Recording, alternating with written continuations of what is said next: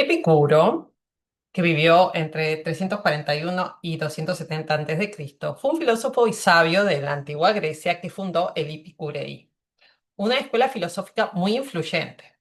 Pero a Epicuro no se le ha hecho justicia, se lo han malinterpretado y erróneamente se lo ha hecho sinónimo de excesos sensuales.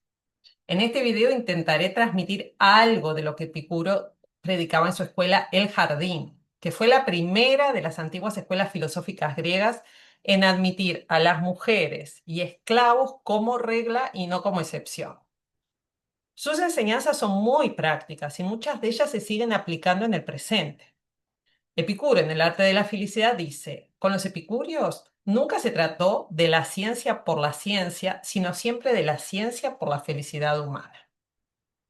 Mi nombre es Irene Dacunda, soy psicóloga especializada en psicoterapia integrativa, psiconeuroinmunoendocrinología y comparto a través de estos videos opciones para que puedas diseñar tu propio plan de salud. Bien, Epicuro afirmó que el propósito de la filosofía es alcanzar y ayudar a otros a alcanzar una vida feliz y tranquila, caracterizada por la paz, libertad del miedo y ausencia de dolor. Epicuro era hedonista, pero lo que significa es que enseñaba que lo placentero es moralmente bueno y lo doloroso es moralmente malo.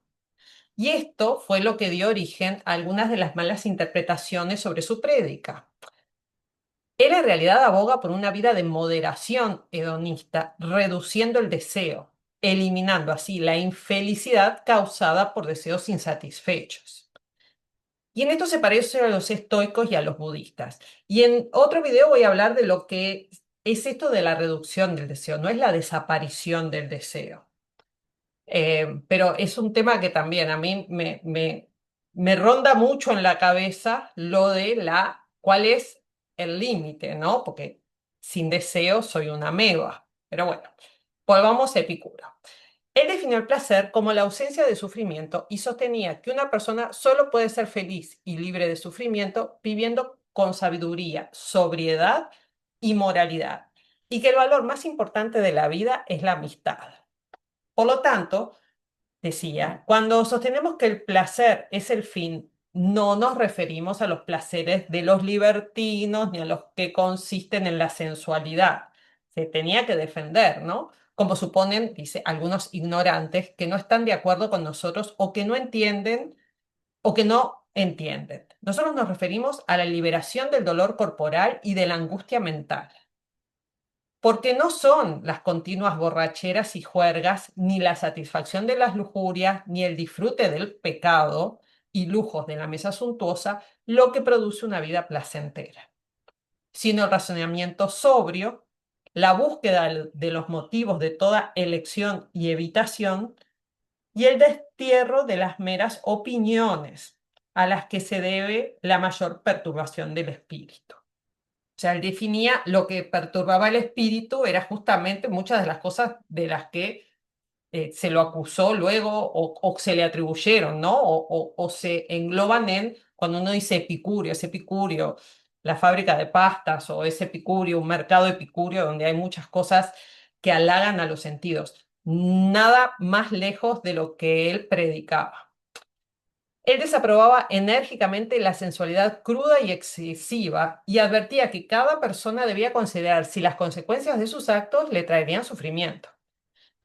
Dice que quien comete actos deshonestos o injustos se verá cargado de problemas debido a su propia conciencia culpable. No siempre es así, pero bueno. Y vivirá con el temor constante de que otros descubran sus malas acciones. Y ahora se descubre mucho más fácilmente con los mensajes grabados. Y él distingue tres tipos de deseos: naturales y necesarios, naturales pero innecesarios, y vanos y vacíos.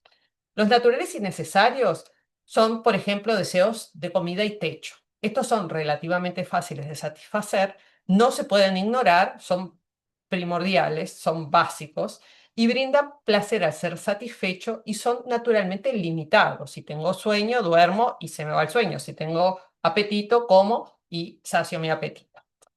Después están los naturales pero innecesarios, como el deseo de alimentos suntuarios, porque si bien la comida es necesaria, la comida de lujo no lo es. Y después están los vanos y vacíos que incluyen el poder, la riqueza, la fama. Y estos son difíciles de satisfacer porque por mucho que se obtenga, siempre se puede querer más. Son deseos inculcados por la sociedad y por falsas creencias sobre nuestras necesidades, ¿no? Sabemos bastante sobre cómo se generan necesidades que no son reales, ¿no? Cómo lo genera la propaganda, cómo lo genera social media. Y dice, si moldeas tu vida según la naturaleza, nunca serás pobre. Si moldeas tu vida según las opiniones de la gente, nunca serás rico. Y en su guía para la felicidad, dice Epicuro, de todos los medios para asegurar la felicidad a lo largo de la vida, el más importante es, con mucho, la adquisición de amigos. De todas las cosas que la sabiduría adquiere para producir la dicha en una vida plena, la mayor es la posesión de la amistad. Y dice cosas como comer y beber sin un amigo es devorar como el león y el lobo. O deberíamos buscar a alguien con quien comer y beber antes de buscar algo para comer y beber. Ese era el lugar que le daba la amistad Epicuro, ¿no? La más importante adquisición en la vida. Y dentro de los puntos claves de la épica epicuria, perdón, está el no temor a la muerte. Argumentó que la mayor parte del sufrimiento que experimentamos los seres humanos se debe al miedo irracional a la muerte, al castigo divino y al castigo en el más allá. Y escribía en una carta lo siguiente: la muerte, el más temido de los males, no nos importa. A los epicúreos, ¿no? Se refería. Pues mientras existimos, la muerte no está presente. Y cuando la muerte está presente, ya no existimos. Por lo tanto, no significa nada ni para los vivos ni para los muertos, ya que no está presente para los vivos y los muertos ya no existen. Tenía una lógica arrasadora. Y Epicuro sostenía que los sentidos nunca engañan a los humanos, pero que pueden ser mal interpretados. Eso ha sido siempre una larga discusión en los filósofos, ¿no? Si es los sentidos o si hay esencias. Bueno, él eh, decía que los sentidos no nos engañan, pero que pueden ser mal interpretados. E intentaba explicar los fenómenos naturales mediante explicaciones naturales, en lugar de recurrir a la invención de historias elaboradas sobre dioses y héroes míticos. Rechazó rotundamente la idea de que las deidades estuvieran involucradas en los asuntos humanos de alguna manera. Y en su carta a Herodoto niega específicamente que los dioses tengan control alguno sobre los fenómenos naturales, argumentando que esto contradecía su naturaleza fundamental, que es perfecta, porque cualquier tipo de intervención mundana empañaría su perfección. Y se le atribuyen estos cuestionamientos, también con una lógica avasallante. Dice, ¿acaso Dios quiere impedir el mal, pero no puede? Entonces no es omnipotente. Puede, pero no quiere. Entonces es malévolo. Puede y quiere. Entonces, ¿de dónde viene el mal? No puede ni quiere. Entonces, ¿por qué llamarlo Dios? De todas las escuelas filosóficas griegas, el epicureísmo fue la que más se opuso a las enseñanzas cristianas. Por eso cayó un poco en desgracia, ¿no? Ya que los epicúreos creían que el alma era mortal, negaban la existencia del más allá, negaban que lo divino tuviera un papel activo en la vida humana y defendían el placer como el objetivo primordial de la existencia humana. El placer, como ellos lo entendían, que era la liberación, la ausencia de dolor y no un placer de excesos. Y muy importante, muy interesante también lo que decía Epicuro sobre la justicia. Decía, es un acuerdo de no dañar ni ser dañado. Te da la base cultural, social, ¿no? Y necesitamos tener dicho contrato para disfrutar plenamente de los beneficios de vivir juntos en una sociedad bien ordenada. Dice, la justicia en abstracto no existe, es simplemente un pacto entre los hombres. Otro de los pilares de la felicidad para Epicuro era la autosuficiencia. decía, el sabio que se ha acostumbrado a las necesidades sabe mejor compartir con los demás que tomar de ellos. Tan grande es el tesoro de la autosuficiencia que ha encontrado. La autosuficiencia que está eh, relacionada con la disminución de los deseos, ¿no? Y dice que la consecuencia más importante de la autosuficiencia es la libertad. Otra similitud que tiene los epicúreos con los estoicos, o una similitud, es que honraban las adversidades. Así como los estoicos dicen el obstáculo es el camino, los epicúreos decían no se desarrolla la valentía siendo feliz en las relaciones cotidianas, se desarrolla superando momentos difíciles y desafiando la adversidad. Y otro punto en común con los estoicos es se refleja en esta frase, los hombres se infligen daño por odio, celos o desprecio, pero el sabio domina todas estas pasiones mediante la razón. Por los estoicos también priorizaban el dominio de las emociones a través de la razón, no la eliminación de las emociones, pero sí su manejo. Y también dice Epicuro, los necios se atormentan con el recuerdo de los males pasados. Los sabios tienen el deleite de renovar con gratitud las bendiciones del pasado.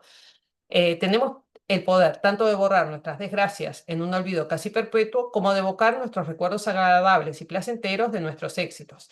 Aquí está cuando el sesgo, ¿no? Que uno puede generar en la realidad es la misma, pero si yo me focalizo en los recuerdos buenos, voy a tener un sentimiento de alegría. Si me focalizo en los recuerdos malos, voy a tener un sentimiento de tristeza. Y cómo eso se puede manejar, cómo el sabio puede manejar eso.